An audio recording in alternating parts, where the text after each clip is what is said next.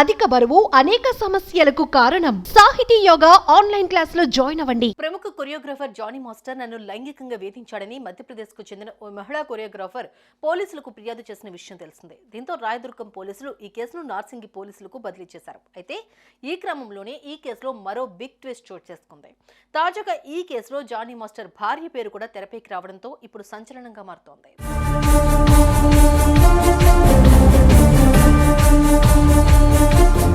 బాధితురాలి ఫిర్యాదు మేరకు రాయదుర్గం పోలీసులు 0 ఎఫ్ఐఆర్ను నమోదు చేసి తదుపరి విచారణ కోసం సదరు మహిళ నార్సింగి నివాసి అయినందున నార్సింగి పోలీసులకు కేసు బదిలీ చేశారు. దీంతో అక్కడి పోలీసులు జానీ మాస్టర్ పై సెక్షన్ 376 అత్యాచారం కేసుతో పాటు 506 బెదిరింపు, 323 క్లాస్ 2 గాయపరచడం కింద కేసులు నమోదు చేసినట్లుగా పోలీసులు తెలిపారు.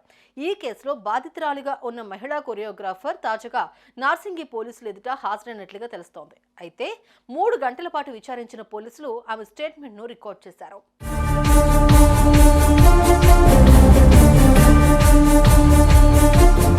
జానీ మాస్టర్ చెన్నై, ముంబై, హైదరాబాద్ తో సహా వివిధ నగరాల్లో అవుట్డోర్ చేస్తున్నప్పుడు మరియు నార్సింగిలోని తన నివాసంలో కూడా తనపై అనేక సార్లు లైంగిక వేధింపులకు పాల్పడ్డాడని సదరు యువతి తెలిపింది. ఈయనే కాకుండా ఆయన భార్య కూడా మతం మార్చుకుని పెళ్లి చేసుకోవాలని ఒత్తిడి చేసినట్లుగా పోలీసులకు ఇచ్చిన స్టేట్మెంట్ లో ఆ యువతి పేర్కొంది. అనంతరం బాధితురాలని అక్కడి నుంచి భరోసా కేంద్రానికి తీసుకెళ్లి వైద్య పరీక్షలు కూడా జరిపించారు. అయితే తెరపైకి ఇప్పుడు జానీ మాస్టర్ భార్య పేరు కూడా రావడం అనేది సంచలనంగా మారుతోంది.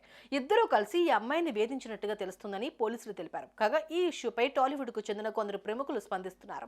తాజాగా సింగర్ చిన్మయి రియాక్ట్ అవుతూ జానీ మాస్టర్ ఆ అమ్మాయి మైనర్ గా ఉన్నప్పటి నుంచి వేధించడం మొదలుపెట్టాడు. ఈ కేసులో పోరాడేందుకు ఆ అమ్మాయికి కావాల్సిన శక్తి చేకూరాలని కోరుకుంటున్నా అంటూ ఎక్స్ వేదికగా పోస్ట్ చేశారు.